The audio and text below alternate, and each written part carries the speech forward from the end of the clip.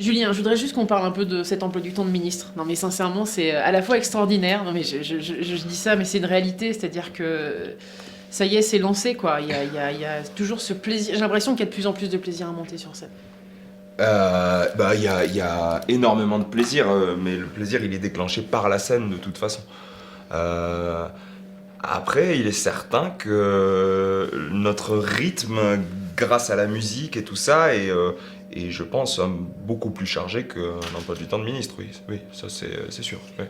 Je pensais à Dig Up Elvis, je pensais Ouais. à Ah, Gendarme c'est de marrant, sang. on en parlait en arrivant ici, Parce que je dans la trouve qu'en salle. fait, quand je regarde un peu l'évolution sur scène, Ouais. je me dis, mais en fait, ce qu'il a réussi à faire, c'est à maintenir cette ambiance de Mhm. groupe. Bah, Est-ce que c'est comme ça que tu le ressens toi? et c'est ce que je disais à Baptiste, qui était dans le groupe Dig Up Elvis il y a 12 ans. Mais quand on arrivait dans la salle, je dis, tu vois, ça me rappelle quand on faisait notre tournée de petits clubs, de petits bars et tout ça. Et il y a toujours le même plaisir, quoi. D'abord parce qu'on est ensemble toujours, donc du coup, on se pousse à savourer ce qui nous arrive. Et ce qui nous arrive depuis maintenant 10 ans, entre le premier album et aujourd'hui, euh, je sais pas si ça grandit, mais en tout cas, ça se transforme, c'est jamais pareil. Donc du coup j'espère qu'on est quand même toujours émerveillé par ce qui se passe. Mais même là, on disait, c'est vrai, on vient d'arriver, malheureusement on joue dans 1 heure ou 2, je sais pas, et on repart demain matin, je pense, avant que le jour se lève, pour être sur scène demain soir. Et, mais bon, voilà. C'est-à-dire, c'est ce qu'on s'est dit en arrivant, c'est-à-dire les décors qui sont offerts à mes yeux depuis que je fais de la musique sont toujours exceptionnels. C'est-à-dire, quand je monte sur scène, j'ai traversé des villes, des endroits où on a amené notre musique, que j'aurais sans doute jamais visité de ma vie. Donc voilà, l'émerveillement il est toujours là, heureusement d'ailleurs. J'ai surtout l'impression que tu prends plus de plaisir. C'est-à-dire qu'au départ, t'avais quand même, je sais pas que tu t'excusais d'être sur scène, loin s'en faut, mais que t'avais besoin d'être en transe, enfin, vraiment pour gommer quelque On est en chose. interview Mireille Dumas là. Non, pas du tout. Non, non, mais je voulais juste, je voulais juste savoir comment tu te sens aujourd'hui, quoi, avec ce Non, mais public. t'as raison. Voilà, Non, mais j'ai t'as raison, juste. quoi, de faire du t'as- Mireille Dumas. Non, t'as raison quand tu dis que il a fallu du temps, je pense, pour que je sois profondément heureux d'être libre. En fait, c'est un peu bizarre comme phrase, mais au départ, c'est vrai, sur le premier album, j'avais l'impression que je devais m'excuser de la chance que j'avais eue de gagner l'émission Nouvelle Star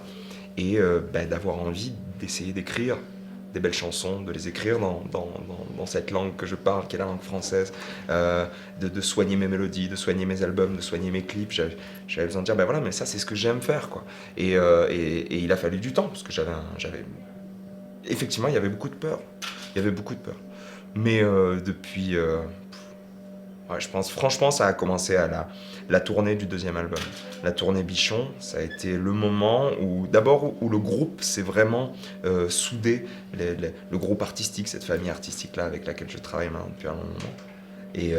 Et depuis, voilà, depuis on s'amuse et en même temps, j'ai le sentiment quand même on essaie toujours d'éviter comment dire, de s'asseoir, quoi, de prendre possession des choses qui seraient peut-être acquises, quoi, dans ce qu'on fait. Et c'est pour ça que là, ce qu'on vit en ce moment sur scène, alors ce soir ce sera différent parce qu'on est quatre. Là, ce qu'on va faire ce soir, c'est un show, mais beaucoup plus intimiste, quoi. Mais ce qu'on vit sur scène en ce moment avec le spectacle qu'on fait, c'est fou, quoi. Enfin, je pense que c'est l'espace de liberté là que j'ai eu le plus grand depuis le début. L'album quand on regarde l'accueil qu'il a, il y a 290 000, enfin Ouais. 300 000 albums vendus. Bientôt. Non mais c'est voilà, non mais en gros ça va. Voilà, je le dis en avance, mais c'est une évidence. Ça représente quoi ça pour toi? Parce que l'album Louvre, tu le sais, moi j'en suis totalement amoureuse de cet album, il est incroyable. L'album c'est la continuité et j'ai trouvé que Ouais. c'était vraiment joliment fait, c'est intelligent, ça laisse présager d'une suite. Pas forcément Ouais. logique parce que je m'attends à tout à chaque fois avec toi, je pense que Tu as tu y bien penses raison. déjà. Mais, Moi, je sais pas, il y a rien Mais n'est encore écrit, Ouais. mais bon. Mais quand même, t'as déjà, à mon avis, une idée. Mais là, d'en vendre 300 000, Julien, alors qu'on est dans une époque où voilà, c'est difficile de vendre des albums, ça représente Oui. quoi pour toi, ça? Ben, pour moi, c'est d'une certaine façon le reflet du lien qui a commencé à naître avec les gens qui m'aiment et avec aussi ceux qui m'ont découvert, du coup. Mais ce lien-là, il existe parce que je trahis pas. Parce que je prends le temps de faire les choses, je prends le temps de les soigner. Parce que quand on vient me voir sur scène, on voit que si j'avais pas ça comme espace, je supporterais pas la vie de tous les jours. Je pense que je me sentirais pas du tout, je sais pas comment dire, non seulement compris, mais à ma place. Enfin, et parce que je mets tout ce que j'ai dans ce que je fais, quoi. Je laisse, j'essaie de rien laisser d'une façon où je pourrais me dire tiens, j'ai pas fini cette chose-là, ou je l'ai laissé aller, ou je me suis dit oh ça passera, voilà. Parce que c'est vital, quoi. Parce que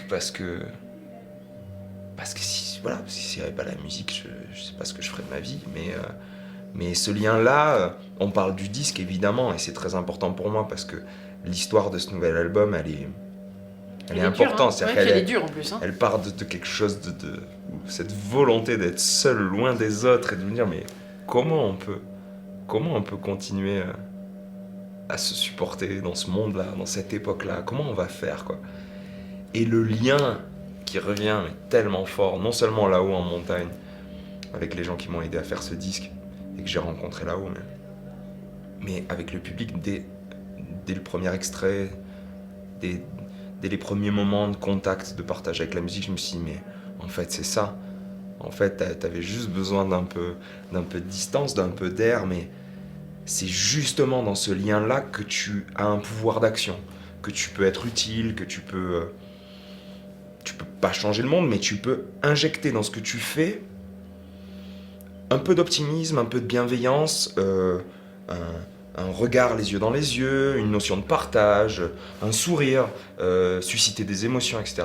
Je dis, bah voilà, ton rôle dans cette époque-là, à toi, tes petites armes à toi, ben, elles sont là, elles se situent là. Alors voilà, j'ai pas fait d'études de médecine, je sais pas réparer des cœurs, je sais pas sauver des gens, mais je les sauve à ma façon, de temps en temps, en tout cas ceux qui l'acceptent. Et je le vois là encore plus en concert, quoi. En fait, c'est à consommer sans modération et ça devrait être prescrit par la sécurité sociale. Mais tu sais, je pense que... Non, mais réellement. C'est-à-dire que quand tu parlais tout à l'heure de cette proximité, tu as quand même réussi à installer, même au niveau de la prise de son, comme si tu nous chuchotais à l'oreille. Il y a une vraie proximité avec ton public, en fait. Quand tu dis à consommer sans modération, c'est pour moi la définition de ce qui reste, pour prendre un terme général, mais d'art et de culture dans cette époque. Elle s'échappe, elle s'évapore en permanence parce que c'est un monde complexe et qu'on a le sentiment que la beauté, la poésie, l'art sont presque des choses de l'ordre de la décoration, de l'unique divertissement, mais c'est pas que ça. Évidemment, je pense que dans la musique, dans la peinture, dans la littérature, dans le cinéma, enfin peu importe, on cherche évidemment une forme de beauté qui pourrait susciter quelque chose chez l'autre, quoi. Soit le réveiller, soit lui faire plaisir, soit susciter chez lui une émotion. Et ça, malheureusement, alors que le monde dans lequel on vit en a urgemment besoin, on le met sur le bas-côté. Et donc oui, à consommer sans aucune modération, parce que je pense que s'il y a bien une période de ma vie où j'ai, en tant qu'homme, pas en tant qu'artiste ou chanteur, je parle pas de ma musique, en tant qu'homme, j'ai le plus besoin de belles choses, tu vois. Je regarde dehors parce que c'est vraiment ça, c'est-à-dire que c'est pas que la beauté, la poésie qui pourrait être celle du cinéma, de la musique, de la littérature, c'est celle qui est autour de nous et qu'on ne prend plus le temps de regarder parce qu'elle, finalement, l'urgence de l'époque fait qu'on nous en prive, quoi. On prive ce regard-là. Et cette dépoétisation-là, elle est dramatique. Donc tant que la musique est là, tant qu'il y a des concerts, tant qu'on... Voilà, il y a ces zones ces zones où sont créées des émotions, tout simplement. C'est précieux. Cela dit, là où je trouve que tu es un artiste vraiment complet, c'est que tu arrives à associer... Le choix des mots, enfin tu parles de poésie, mais c'est une réalité, c'est-à-dire que l'écriture, chez toi, c'est quelque chose de très important. Il y a ce côté très cinématographique qu'on retrouve, qui est très important aussi pour toi, enfin cette notion-là. Et puis la musique, quoi. Et j'ai l'impression qu'à travers la musique, ça te permet d'associer... Ouais. C'est ce que tu dis, mais en plus aussi une forme de alors, décalage, c'est pas le bon terme, mais de désacraliser aussi ces choses-là. Ça, on l'a vu quand tu as fait de la balançoire et que tu nous as chanté Oui, la c'est une bonne... Jalousie avec en c'est pas, japonais. bon, c'est Mais en même c'est temps- pas l'image la plus digne de mes 10 ans de musique, mais Mais t'as au parfaitement moins, j'ai l'impression raison. que t'as jamais douté. En fait, t'as fait ça parce que tu trouvais que c'était. Et je trouve qu'il y a un côté très poétique que t'as mis en place qui a pas été souligné. Ça t'a affecté ça ou pas? Mais non, pas du Non, tout. parce que Mais c'est non. très Mais japonaisant. non, parce qu'on peut avoir plein de regards sur une seule et même chose. Ce qui compte, c'est que parfois les yeux se posent dessus. Et en l'occurrence, voilà, enfin, ça collait avec quelque chose de bucolique que je m'étais inventé sur cette chanson et sur ce trajet entre la cabane qui était à côté du chalet et le chalet. C'était ce petit, voilà, ce clip qui a été fait comme ça. Est-ce qu'il y a un clin d'œil, Julien? Parce que, en fait, t'es sorti de la Nouvelle Star en 2007, donc il y a 10 ans. Ça va faire 10 ans là dans Ton un mois. premier album, Ouais. Ersatz, il y a déjà un clin d'œil avec un pastiche, Les Limites, à Serge Gainsbourg. Ouais. Je parle de Cassel aussi, Du mais en clip, tant que ouais. danseur, ouais. Ouais. Et je me suis dit, est-ce que c'est une façon aussi quand même de refaire un rappel en disant, voilà, j'oublie pas quoi, d'où je viens, ce qui m'a plu, ce qui me plaît. Ah, je Non, pas du tout. sais pas, non. En tout cas, C'est inconscient, alors. ouais, enfin, j'ai pas.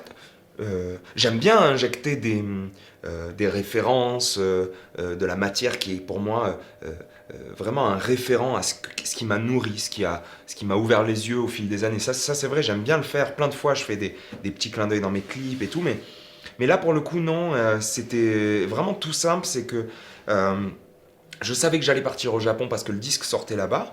Et je savais qu'ils aimaient beaucoup Gainsbourg, et moi aussi.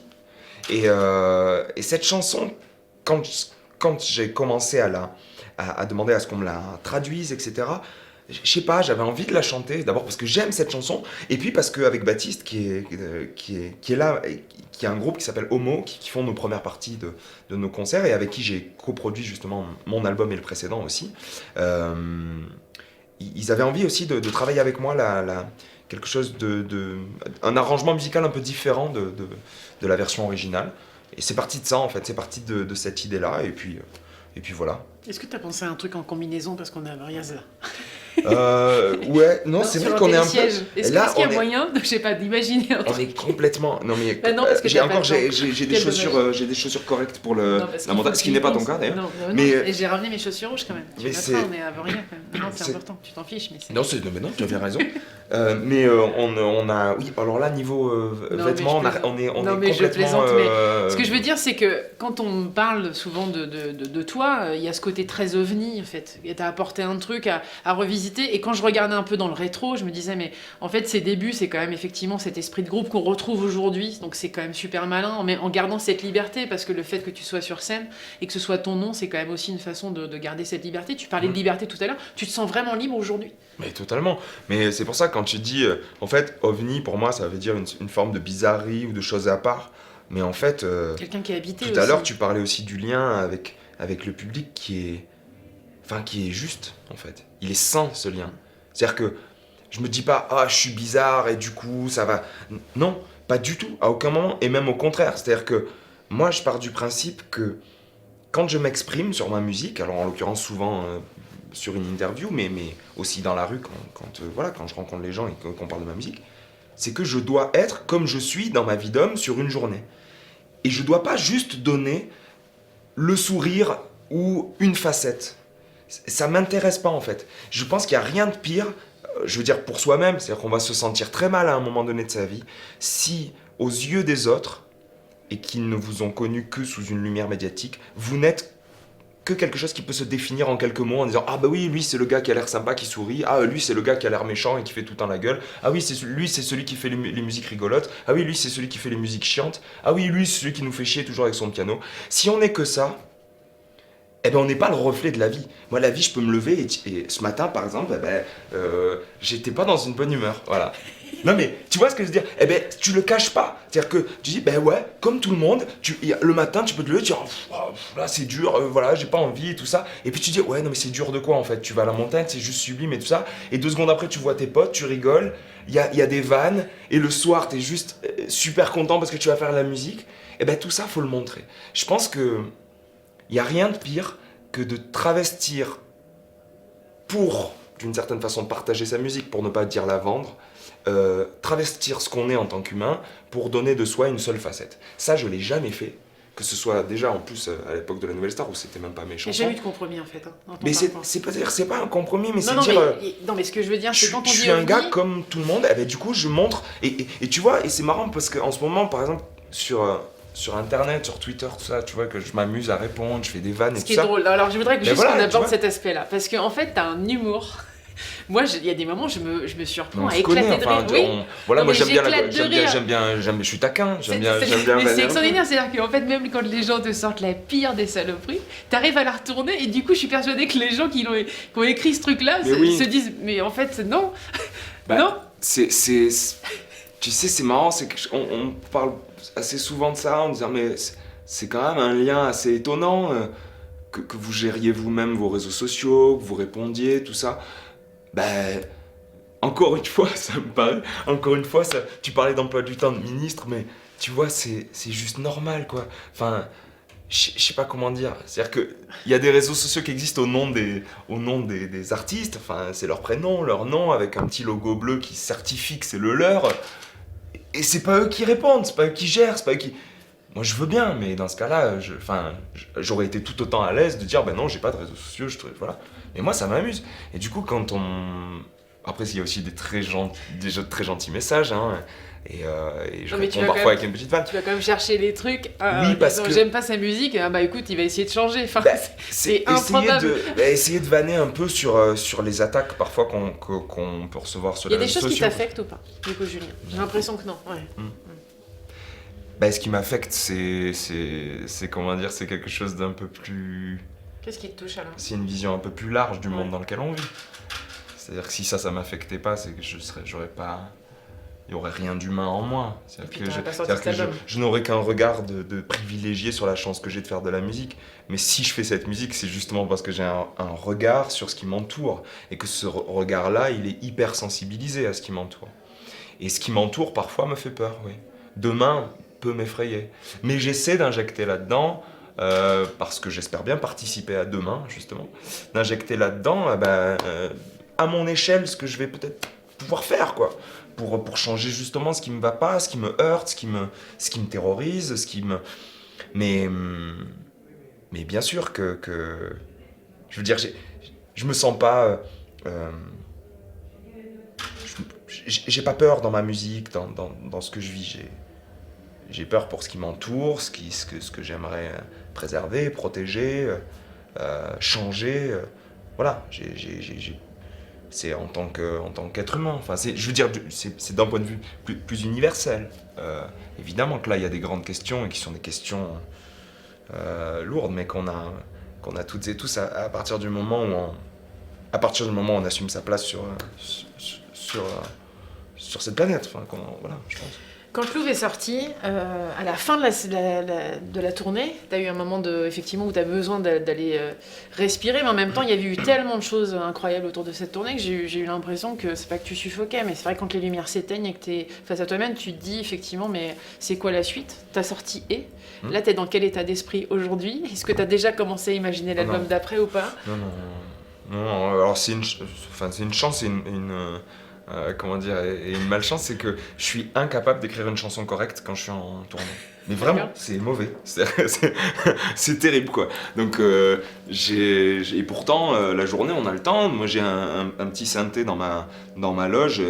Ouais, je cherche des trucs, des mélodies et tout. Non, mais mais il faut dès une que ambiance. j'essaie de poser un texte, j'ai l'impression que c'est hors propos. C'est comme si rien m'avait suffisamment traversé, qu'il n'y avait pas eu une histoire vécue qui me donnait envie maintenant d'essayer de laisser aller les mots et que les chansons soient aussi liées entre elles. C'est-à-dire que ce qui fait que le précédent album et celui-ci ont peut-être un écho supplémentaire et terriblement attaché à ce que je suis en tant que mec, c'est que les chansons sont liées entre elles. C'est que c'est une même histoire, quoi.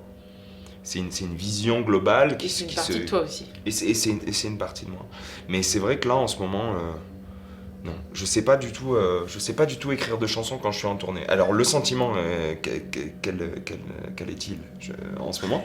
Il est que c'est juste fou, c'est juste fabuleux. Ce qu'on vit là sur scène, en ce moment, ce décor là que j'ai dessiné sur un carnet dans un train il y a des mois, que j'ai vu avancer, que j'ai affiné avec mes équipes, parce que je parlais de mes musiciens, mais mon équipe technique, c'est aussi la même depuis ma toute première tournée. Philou, qui est là ce soir, faisait le son de Dig Up Elvis, enfin bref.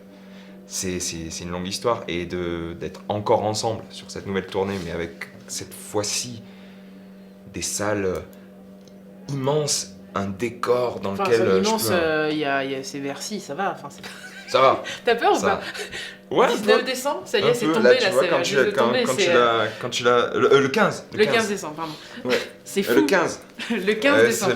C'est le 15. Il faut remplir. Faut pas se tromper date, parce que sinon c'est pas moi. Le 15 décembre d'être à Bercy, c'est tellement incroyable, quoi. C'est une victoire d'équipe, c'est une victoire tout court. Je sais pas, c'est une victoire. Ça va changer les décors, tout ça ou pas? Moi, tu sais, la notion de victoire, de défaite... c'est jamais finalement nous qui choisissons ces issues-là. Ce qui compte, c'est de tenter des choses. Voilà. Et là où tu as raison, c'est que c'est le reflet de notre histoire. C'est-à-dire que, encore une fois, on a commencé ensemble dans des bars, dans des clubs, etc. Et avec ces mêmes garçons, petit à petit, en 10 ans, notre musique, elle a voyagé, notre son de groupe a grandi, notre mise en scène, etc. J'ai continué de travailler ça et de vivre ça ensemble, ces étapes-là. C'est pas une victoire, parce que j'espère qu'on va continuer longtemps ensemble, et pour moi c'est un long chemin encore, qui d'ailleurs pourra nous amener dans des choses complètement différentes plus tard. C'est-à-dire que j'envisage pas forcément des choses plus grandes, même au contraire. C'est-à-dire que là en ce moment, parfois, quand je me retrouve à la fin des concerts en Zénith, où je suis tout seul au piano, des fois je me dis ça doit être aussi d'imaginer peut-être un spectacle où il y aurait le piano au centre et que des surprises de mise en scène très théâtrales, en fait. Ça me plairait bien. Donc voilà, c'est en rien une victoire, mais c'est un point de notre vie où on se dit ouais, quand même, amener ce spectacle-là tel qu'on le vit là en ce moment, parce que c'est quand même vraiment magique, hein. J'avais cette peur que par la taille d'une salle, ce que j'ai toujours mis en intime, le fait de traverser la foule, le fait d'improviser mes mots toujours entre les chansons, etc. J'avais peur que ça disparaisse par la peur et par l'espace et tout ça. Et en fait, c'est encore plus fort qu'avant. C'est-à-dire que c'est encore plus fort que quand la tournée Love était dans les théâtres et tout ça, dans lesquels on a joué, dans les centres culturels, etc. L'intime, le lien direct, il est encore plus serré, quoi. Et ça nous fait super plaisir, parce qu'on avait peur de le perdre.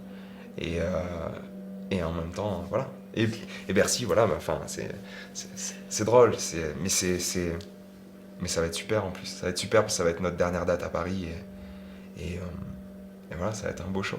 Moi, je serai là. Par contre, t'as dit Love tout à l'heure, et l'album c'est Louvre. Hein. Tu lui dis jamais, je oui, viens adorer, parce non, que c'est Love. Il va pas être super c'est content, Love. quoi. Oui, mais il ne parle jamais de lui à la troisième personne. Non, le jour où il fait ça, il faut lui mettre une grande tarte dans sa gueule. Bon, en tout cas, je voudrais juste te remercier, avec Julien, plaisir. parce que tu t'es levé de mauvaise humeur, mais je trouve que... Non, c'était pour illustrer. C'était pour illustrer. Ça va tellement bien d'avoir du sourire et tout. Non, mais moi, c'est pour illustrer. J'ai hâte d'écouter ce que tu vas faire sur scène, et j'espère que tu changeras jamais, en fait. Voilà. Oh, bah c'est gentil, mais tu sais, on est comme n'importe quel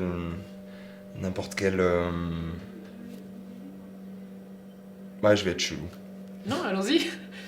Non, on change toujours. Il y a toujours un moment où on se flétrit et où on disparaît. Mais c'est très bien comme ça. Ouais. Le seul truc, c'est que j'espère que le moment où je serai flétri, j'aurai le choix moi-même de ma disparition. Du moins, je parle d'une disparition artistique, voilà, médiatique. Je pense qu'il n'y a rien de pire que... Sinon, c'est moi qui vais venir te chercher. Non, je suis désolée. Non, mais je pense qu'il n'y a rien de pire quand on essaie de surexister à un moment où on n'a plus rien à dire. Voilà. Ouais. Je suis pas sûre que tu aies encore rien à dire, mais on en là, ça va. Là, je suis en pleine forme et j'ai envie de raconter encore plein de choses et de vivre plein de choses. Merci, Julien. Merci à vous. Merci beaucoup.